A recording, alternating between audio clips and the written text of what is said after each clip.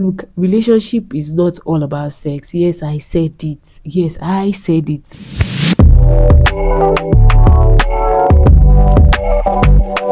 Hey guys, welcome back to my YouTube channel. My name is Esther Ibe on YouTube, and today I am reviewing a movie titled You May Only Kiss the Bride. You can kiss no one else aside the bride.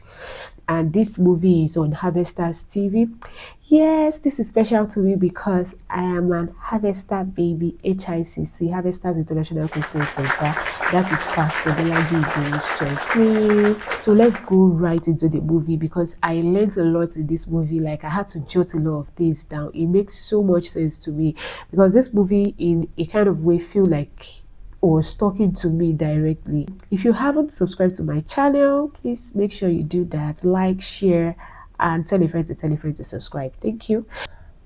I can relate so much to this movie because it talked about pressure, more of relationship pressure. This movie is about relationship. A lady who gets old, she gets older. You know, once a lady gets to 30 years old, it just feels like the whole world is coming to an end. Like after she's 30, and she's not married, no matter what her career is and everything, it feels like life stops. Like in this movie, when she clocked 31, her dad called her as he usually calls her on her birthday by 7 a.m. every morning. And in this movie, it was a different scenario because it was just like, how old are you today? You're clocking 31 and you're not getting married. Even though she has a beautiful career, a beautiful life, it's just like she's not getting married. Like it just feels like nothing was really working for her, and she was so sad on her birthday. Even though she got to celebrate it with someone, her goddaughter, it doesn't just feel like it. She had two beautiful friends, Didi and Rachel. They were married. One of her friends got married, which was Didi, got married when she was 23. And so that has been a long time. She got married, she has given birth, she was pregnant, and Rachel too was married. You know, it just felt like she was the odd one out. She felt so odd. And when they have conversations about marriage, and she just felt left out, and she thinks about it. Even after her birthday, she was like, I'm clocking 31 today. By 32, she wanted to get married. First off, I feel like that was her being desperate. Not like she didn't have the reason why she wanted to get married. She just wanted to get married because her friends were married. Every other person was married. She had a beautiful career. She had a beautiful life. Along the line, she mapped out a plan. She's like, okay, the places, who are the people I have dated before? Who are the people? How did it work out? And she mentioned clubs, she mentioned hospital, she's dated a doctor before, she's dated a tech bro, she's dated an engineer before, she met them hospital, club, and everything. And this time around, she brought it down to the church. I am going to the church to look for that perfect man, and it was so beautiful for me because she actually had a mood board. She planned everything out, called her friends, sat them down, like, yes, you see, my 32nd birthday, there must be a ring in this finger. Don't mind me, I'm not married. This is this is for fashion, please. So she said she was going to be getting married on her 32nd birthday, and somehow to me it felt like she was really being desperate. She doesn't have a reason why she wanted to get married. She just wants to be in that club. And her friend again got pregnant, so both of her friends were pregnant, and she was just the odd one in their midst. She started going to church. She said she was going to go to church. She went to church, and she joined the workforce, which was greeters. Like where she can be seen is either in the choir or ushering or greeters, and she chose to join the greeters, where when she come in, she can always clap and smile, and you'll get to see her. She was really a beauty. She's a beautiful lady in that movie. Toke was very beautiful, and she joined the greeters. Along the line, she met with the pastor, and the pastor asked if she was in a small group. In our church, we have a small group, a small cell where you can like people in a particular environment can come together to meet themselves, have fellowship.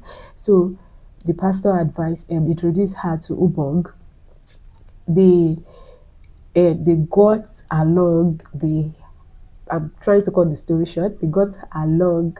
They went for a first date, and the question came in as a shock to her. She was expecting the regular guys that she has ever dated before, the kind of questions they asked. But this was really, really different because he was asking about her salvation story. And to be very honest, she doesn't have anything to say because her own plan was just she wanted a God fearing man, a man that fears God, that's honest, that is everything. But she doesn't really have that character in her. She doesn't have it, but she was looking for what she doesn't have. When he asked her that question, she was off. Thank God her friend was in labor and wanted to give birth, so that was the perfect excuse. Like, it came at the perfect time. Uber took her to the hospital. Her friend gave birth, and you know they planned for another date, which they said was actually not shown. And you know, along the line, Ubong introduced her to her pastor's wife, and they were planning to introduce her to her mom. So she was like, how will we be dating for about 5 months and we've not even had sex? Even though she said she wanted to be celibate to see the right man, but like, I already know you are the one. Why should we not have sex? She tried to initiate the sex, and Ubon actually ran. Like, sorry for being real, run for your life. Ubon ran. And she got really pissed off, and she was like, oh, I'm going back to she dated Richard. She was like, she was going back to Richard. Richard was this guy who just lied to her, just want to have fun, maybe good sex, I don't know. And just Ubong, she knows, she saw the red flag in Ubong, but I feel like she just enjoyed the great sex, and I don't know, began complaining. So she avoided Ubong. She was so angry that Ubong rejected her sexual advances, and she stopped speaking with him. Along the line, Richard came and promised her a trip which she already accepted. She later got to meet with Ubong, and they sat and spoke. Ubong told her that this was during his salvation story. This was what led to his salvation story, and this was why he said he wanted to be celibate until marriage, and he doesn't want to fall into temptation. They go along again. He asked to propose. He proposed to her, and for somebody who wanted to get married at that point, she was really confused that this guy is too good for me. She told him that she was going to think about it. It was then she came to the realization that, okay, she went to meet her pastor's wife, that's a Pastor Mo, and she told her about Ubong, and she counseled him, and for that period she actually cut Richard off, stopped, returned Ubong's proposal ring, returned the ring for a reason, and she went back to find herself. There's something about finding yourself. Look, sometimes people go into the marriage and destroy the other person. They don't even know the reason why they are going into marriage. They just want to marry because their friends are getting married. They just want to not they don't want to be the odd one out. They also want to be married. I'm having the ring. I am missing something, something. I don't even know why I'm putting the ring on the fourth finger. I don't know. God is saying something. I don't know how. They just want to get married. They just want to, but they don't have any reason for getting married. Through that means she found herself. She became baptized. She got born again, and she was ready. She had peace. On her 32nd birthday, she had peace, and for that was the first time she was having peace for a very long time. Like, she was celebrating her 32nd birthday. She was supposed to be moody. She was supposed to be, but she felt peace then. And your person will always show up. Your person will always wait for you. Your person will always come. After 4 months, She went to the store to get something, and she was like, God, why the men's session? And just looking back, she saw Obon, and the next thing they got married. And I am so happy that she returned that ring at first, because if she didn't return that ring, in a way, she was really, really, really going to destroy a good person, which was Ubong.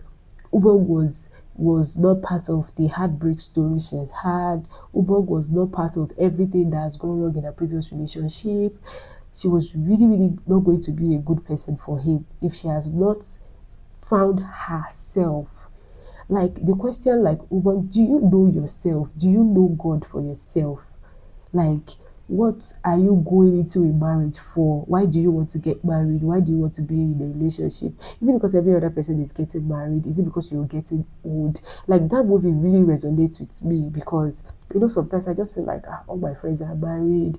Why is my own different? Why is my, there's this pressure, to be very honest. There's pressure everywhere. But it's the fact that we still, the movie, yesterday, like, I had peace. Like, it made me pray, it made me okay.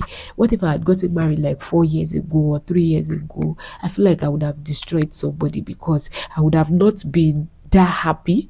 Even her friends were like, it's not, marriage is not that achievement. Like, she had to um leave some things just to be family oriented, just to build her family and stuff like that. So you should see that movie. Please just run to Harvesters TV. You may only kiss the bride. Look, relationship is not all about sex. Yes, I said it. Yes, I said it. Like, it doesn't have to be based on, like you leave the conversations you're supposed to have in the relationship. You forget yourself. You don't, and what you just do is just have sex with the guy, and or have sex with the lady. You guys don't have honest conversation. You don't know what you want in the relationship, or you want, it kills the relationship very, very fast. Like, I really want to know, what did you learn in this movie? Number one, my own take home in the movie, number one, is don't put yourself under undue pressure. Like, I know that everybody is pressuring you, but you, if everybody is pressuring you and you pressure yourself, that is really, really a lot on you. Don't pressure yourself. Number two, know God for yourself. Be who you want to get married to. Yes, be who you want to get married to. You want to get married to a God-fearing man and you are not a God-fearing woman. You want to get married to a honest person, you are not honest. You want to get married to a good person and you are wicked. Like, I don't, look, they don't, you don't understand what I'm saying. So be who you want to get married. Even be better than that person you want to get married to, and have a reason why you want to get married. Like, have a reason. Like, why do you want to get married? Sometimes you have conversation with some people. Like, few days ago I was somewhere, and um someone asked somebody a question, and her answer really, I was so disappointed, to say the least. Like, okay, is this why you want to get married? Like, okay, the conversation is, I'm not ready to, my money is my money, his money is my money, I cannot drop my 50. There's some people, they don't even have reason. If he wants to marry me, if he, so he just wants to marry you, just like you are just a luggage. You are just something that they just come and pick up from somewhere, and you don't even have a purpose. You should have a purpose, you should have a reason. And I don't even want to say all of this movie. Please just head on to Harvesters TV and watch the movie, and please drop a comment what you learned in the movie. After you, I'm going to be dropping the link to the movie to the movie. Please do well to watch and come back and drop your comments. Do well to like, subscribe, share, and subscribe. Thank you. Do have a nice day. Enjoy the rest of your day. Bye. God is really, really saying something. So far, it's my year of focus doing and laughter, focus doing, and so I'm going to be laughing. Bye.